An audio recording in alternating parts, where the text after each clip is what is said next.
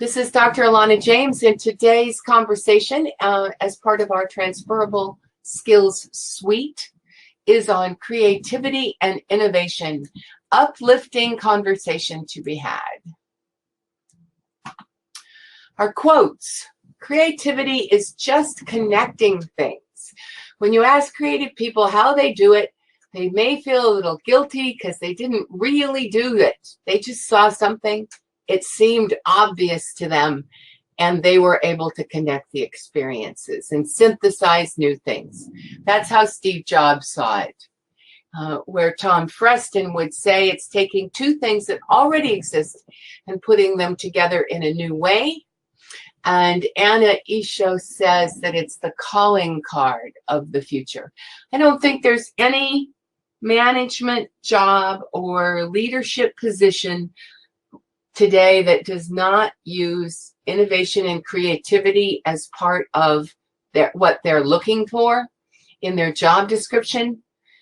And so it's good to know really what is meant by it and how do you develop those skills. Now, Harvard did this particular study asking people who were managed. So these are the people who are working for other people, being asked, what are the leadership competencies that you hope for in the people that lead you and that you lead? So what are these 10 leadership competencies? And they fell into 5 groups. Ethics and safety was the top. 2 that they clustered as self-organizing, so that the leader can provide goals and objectives and communicate expectations. And then this idea that you have to have flexibility and you need to be able to change your opinions. You need to be able to nurture growth, and you need to be able to connect with people and help them feel like they belong. And Adrian says perception is an important quality for being creative. Yeah, you have to be able to see and see clearly. In fact, see perhaps elements within whatever it is you're looking at that others might not have seen. And then you put those elements together in a new way with something else, and someone else calls you creative. So what we're doing in all of these is we have 4 topics. What do employers want when we look at what they say about creativity in master's or PhD students? What's known about, in other words, what research is telling us, current research, what you could do in graduate school to build the skill or to show a prospective employer that you have built it. And then I'll finish with some resources. What do employers want? Well, let me tell you about this book, actually. The best thing I've ever read on creativity was by Twyla Tharp. She is a choreographer in New York, a modern dance, and internationally known. And she wrote this really beautiful book called The Creative Habit. So if you just want to sit back for a while and kind of revel in what creativity is, and probably you'll see yourself in this book and be able to give your own self some sense of your creativity. And these are her chapter headings. So I'll just briefly tell you what she says, because I don't think anybody could say it better. Before you can think out of the box, you have to have a box. So what she does is literally take a big cardboard box, and she begins to develop a new dance with some ideas. And as she has ideas, she puts things in the box. They may or may not have any call at the end, but they are her gathering of disparate ideas and influences that will ultimately be considered for the project at hand. And we may do that in our software. We may do that in a journal. There's all kinds of ways and means that we pull together ideas. But the important kind of nub here is that we have to have looked around, found all the possible things, and then we start to work at whether or not they go together. And that's called scratching. So you picture a person writing a song, and they're sitting in a piano, and they're teasing out a melody, maybe one finger at a time. That would be scratching. Or if you're writing a journal article and you start with a consideration of what you're pulling together, and you put all of your ideas, and you've got all the references you want to work with, and maybe you've done your spreadsheet and you're really thinking about your ideas, and then you begin to start to write your headings. That's the scratching. Now, she would say then, be really aware when accidents happen. So you might be working on some writing, and you go out to dinner and you overhear a conversation behind you that makes you think in a new way. Or I'm sure you all in the room with me will remember sometime a happy accident when somebody came along and just allowed your mind to think a little differently. Then she would say, okay, we've got our broad-based stuff, and we've scratched out some things, and we're aware of our accidents, but now we come down to what makes it good work. And in a dance, that's your spine. You have to be flexible, and you have to be strong. So that would be in our writing. That would be our knowledge of how good academic writing works. That would be our use of language, our vocabulary. It would be in engineering, it would be our skill with the mathematics as well as theory. And then from our spine, we need to have that skill which takes it outwards. So we both understand what we do in a very deep way, and also we have the skill to carry it outwards. Now then, we've got the whole, so we've kind of inhaled to our own personal skills, and then she gives us some to look at the fact that we can get stuck in a rut. Once human beings are very prone to think, oh yeah, I've done this before, I know how to do this, and then to just start running off doing it the way we've always done it before. And of course, that's an antithesis of being creative. So watching out for when we're stuck in a rut. And yet allowing us to feel like there's a bit of having a groove on, that would be her language. And then to be aware that there's failure, but sometimes failure is excellent because it means that we've pushed hard enough that this part failed. But if we just pull back a little more, we've got an edge to it, and the edge is the creative moment that we've been looking for. And then comes the hard work of doing it over and over and over again until it's perfected. And in her case, it can go on stage, and it can be excellent night after night after night. So we all live in much more temporary times, perhaps, than we used to, that our output might not be as picture perfect, and we go on to the next. And she would say, real creativity needs to be based on that absolute hard work that makes it as picture perfect as we can get it at any one moment. Now, with that, I'm going to stop for a second. I bet there was something in this that triggered an idea. So I'll give everybody in the room a moment to type.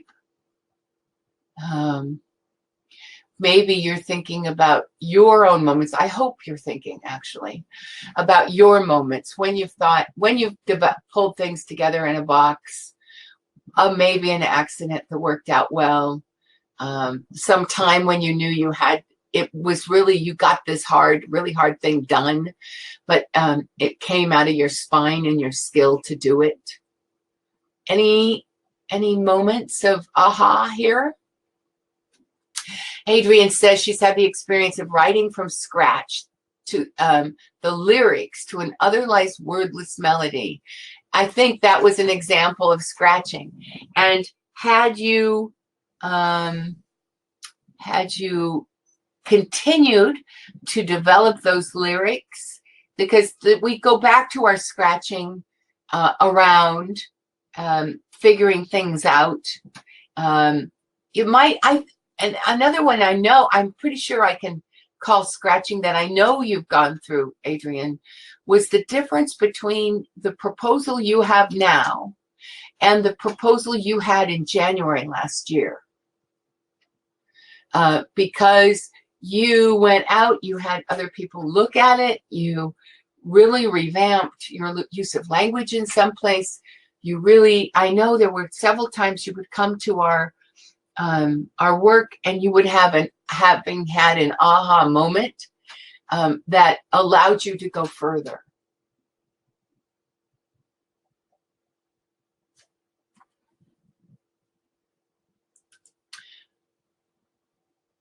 Saying hello to Annaline as well, who joined us. And yes, sophisticated in design and application.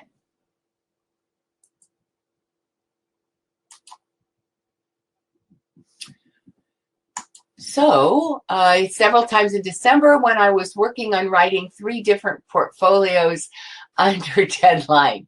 Did you have moments, Erica, where they kind of merged, or one thing played off of another, perhaps?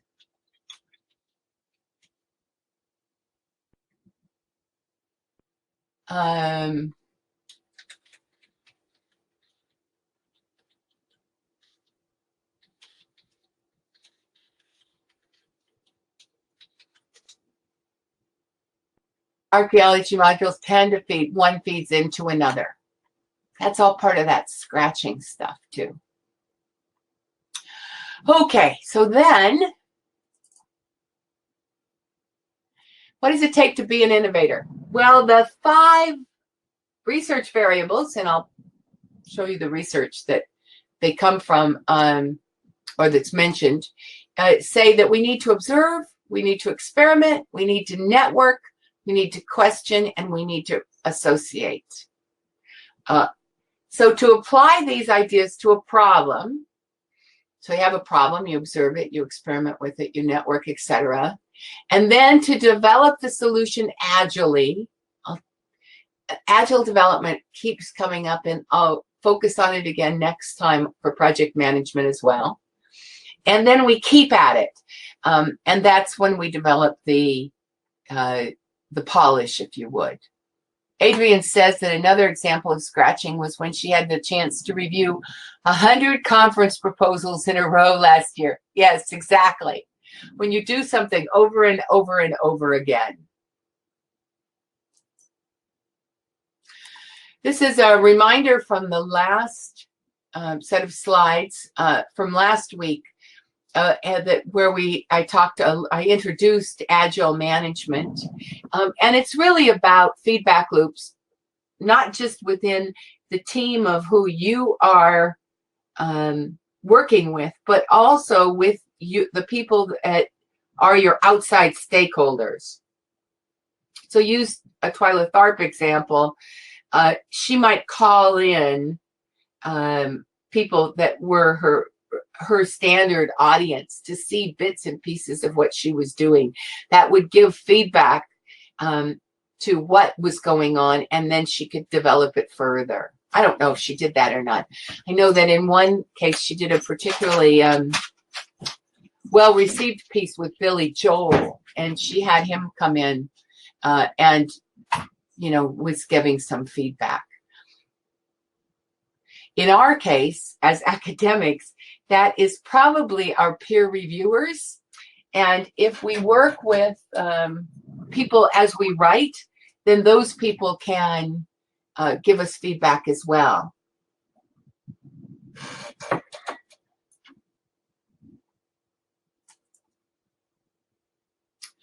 So we're going to talk for a minute about what is known about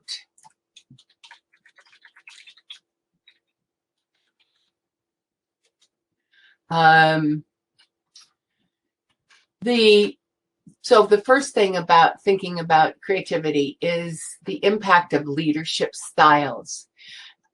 You're going to be in it. This is a bit of research about organizational survival and the requirements of good innovation for that survival.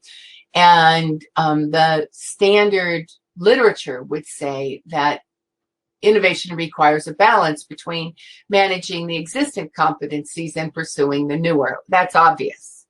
You've got a business, it's ongoing, it needs to innovate. How do you get them both done? It's a big question. So this study from George Washington University looked at two different kinds of leadership styles that were measurable through quantitative surveys. One's called Transforable leadership and the other's called leader-member exchange. And then the results of the study suggest that there are equal importance between the two, and that what makes it work is the organizational support for innovation. And I just want to have a caution, if I'm thinking about all of you going out into a job market, that there are a lot of companies that talk about innovation, but they actually shoot the messengers.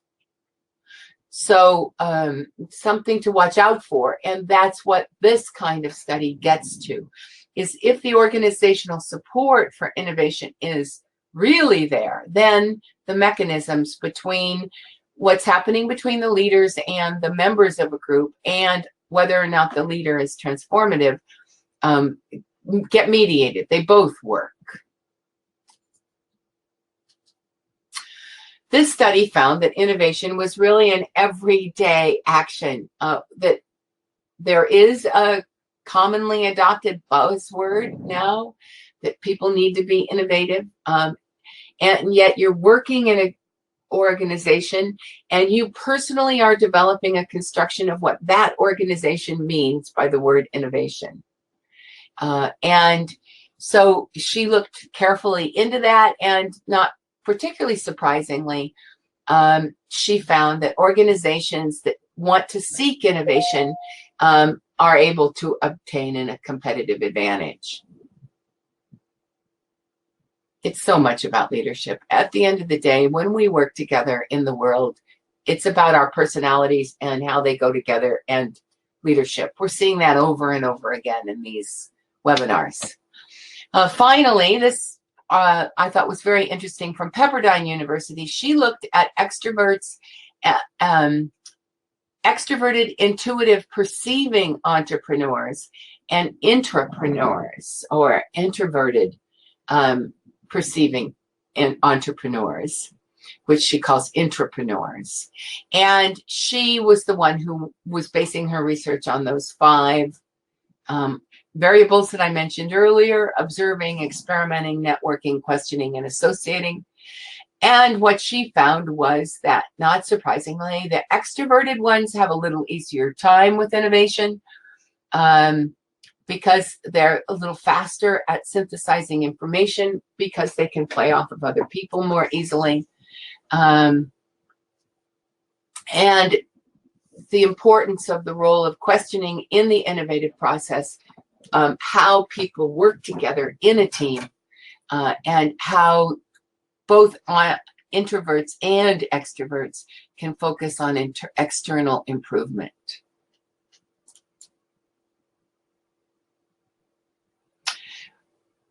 I think there's a lot of work now being done in business on innovation, and there's a lot. I think the outcome of the research that I scanned was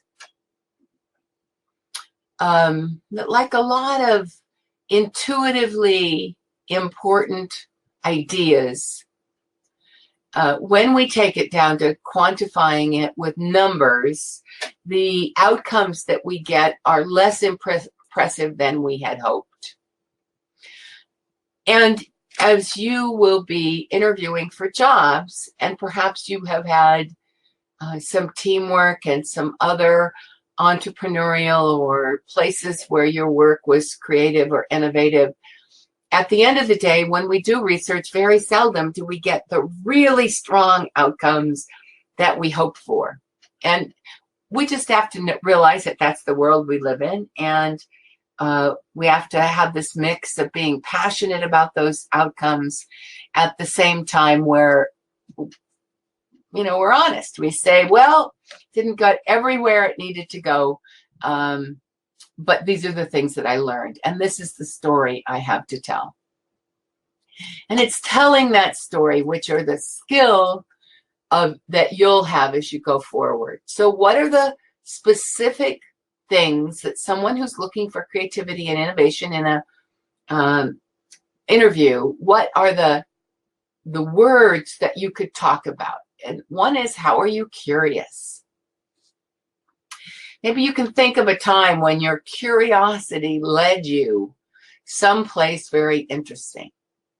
And once you got there, you realized that that you could apply these other things you had done in the past holistically to this problem or this situation you were curious about. And that would show an ability to transfer your ideas from one spectrum to another. And then you'd go on with your story and you'd talk about how you had the courage to try to put something into effect as a result of this new understanding.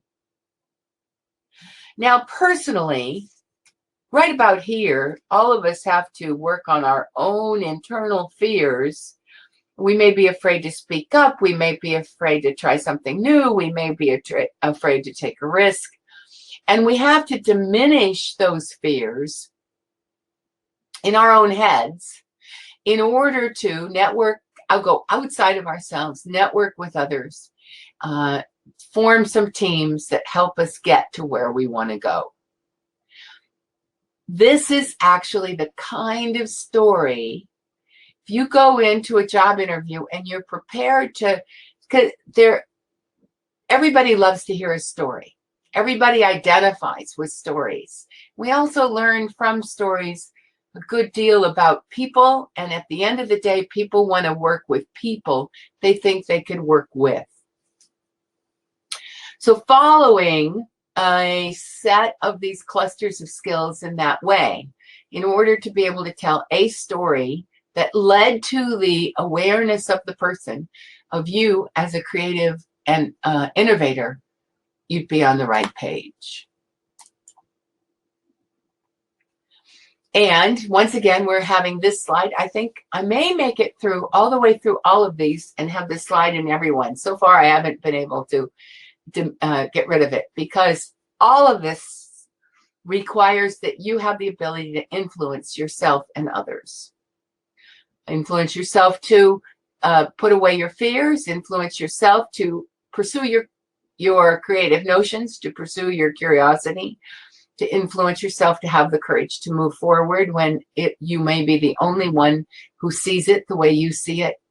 And the ability to influence others to follow along, to tell your story, and so that they would want to follow you if they agreed it was a good idea.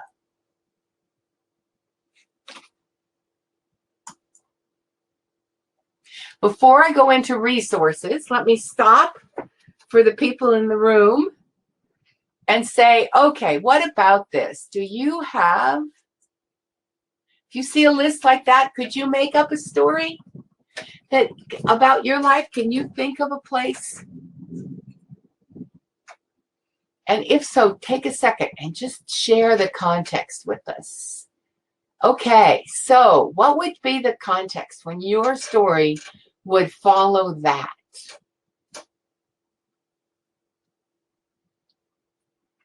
I'll let you type.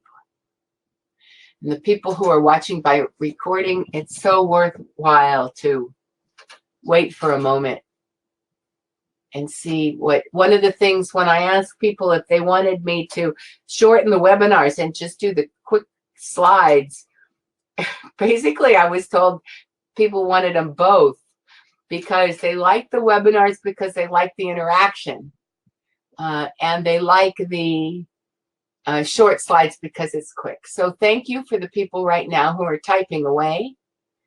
to give the interaction to the people who are watching by recording.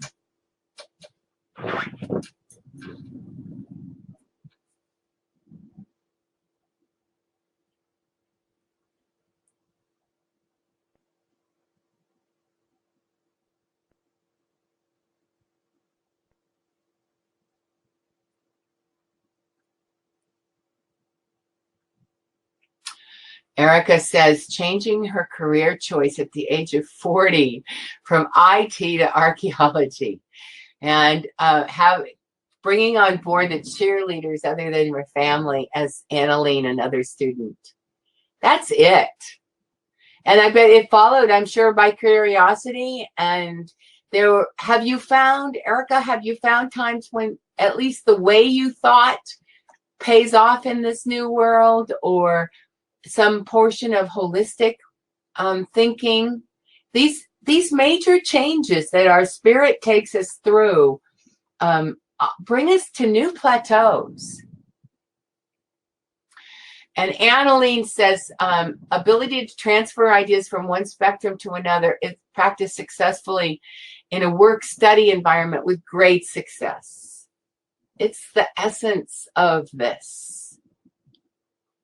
Adrian, J. Mark, do you have stories for us? Raise your hand if you do.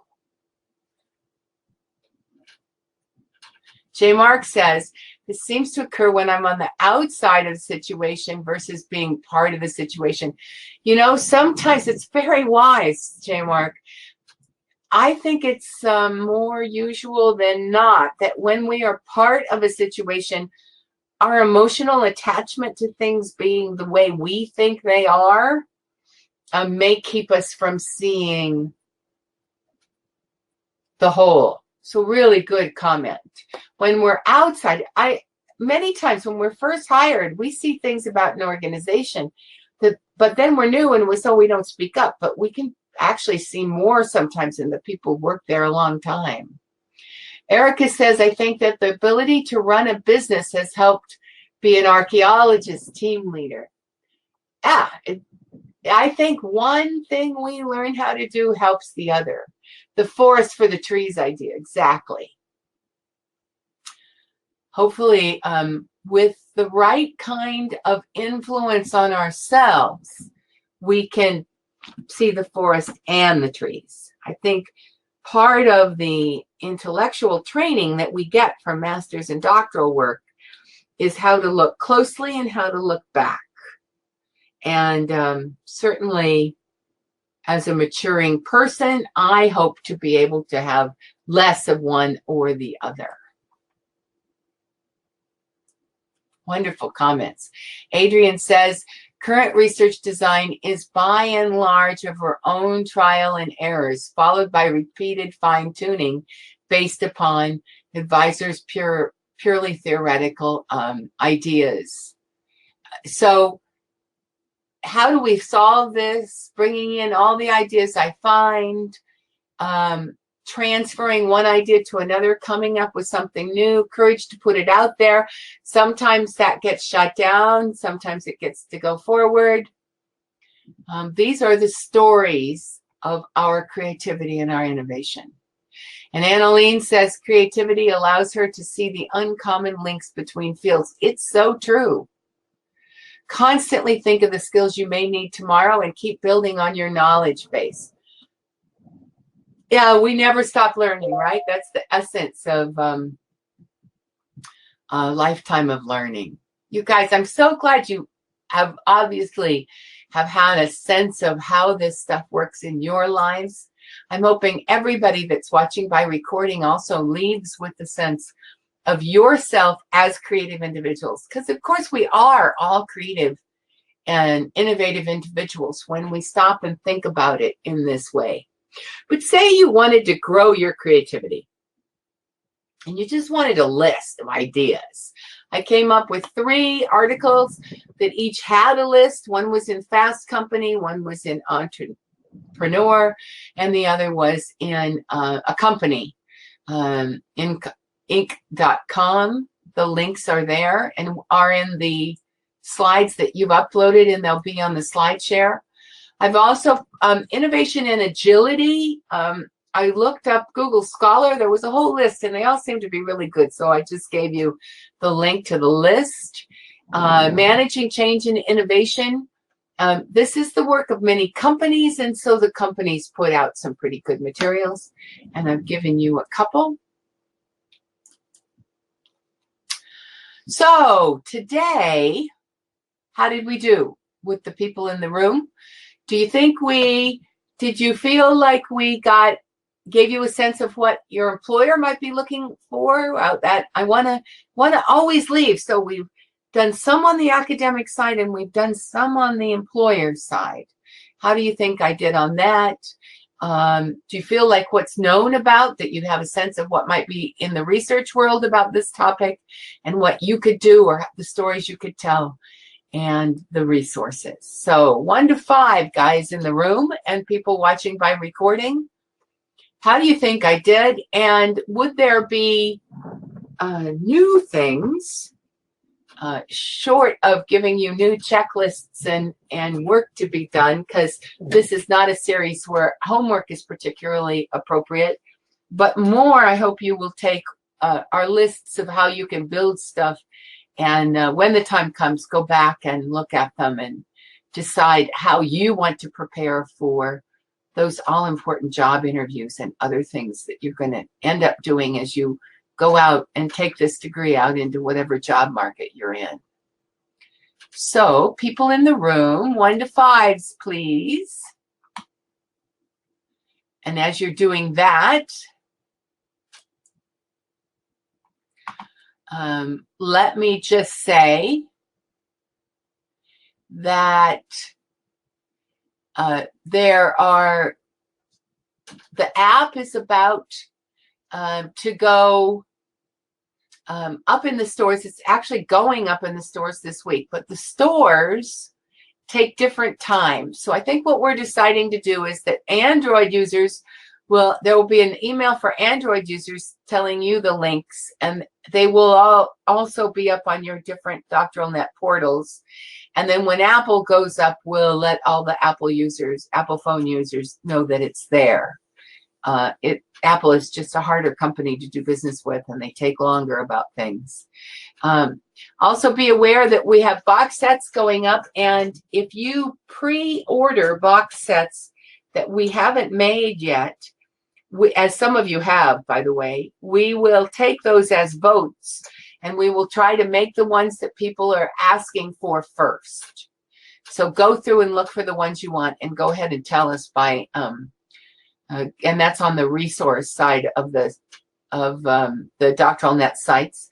As you know, as you absolutely know, go to the DoctoralNet conference page. Lots of good resources up. The groups that Maria is holding for academic writing and for those who are all but dissertation are up and ready to be signed up for. And so the work is well in progress. Now, let's see. Going back and looking at how we did. Adrian, we've got 4s today. So Adrian says it would help us internalize the various ideas and concepts better if there were related hands-on exercises. Always a stretch for me. Okay. You know what I think I'll do on that is I think I'll continue these without the exercises. But when I put it together as a box set, I will put together checklists and exercises that flesh out the box sets. So people can watch these ideas, and then if they want to move forward, they can have this exercise to go with it. I'll commit to doing that. And Mark says he has seen these ideas in the Harvard stuff. I fall back on Harvard.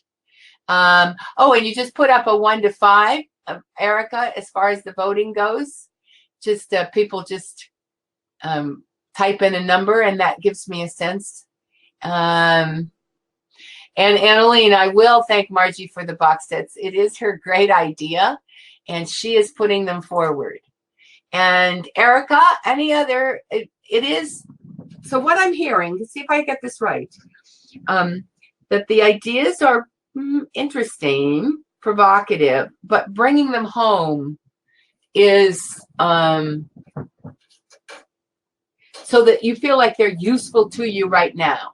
Am I on the right track? Some free low-cost online courses on creativity. Oh, very good. Those are good. That's a good addition. Adrian has given us a some courses to go to. Excellent URL.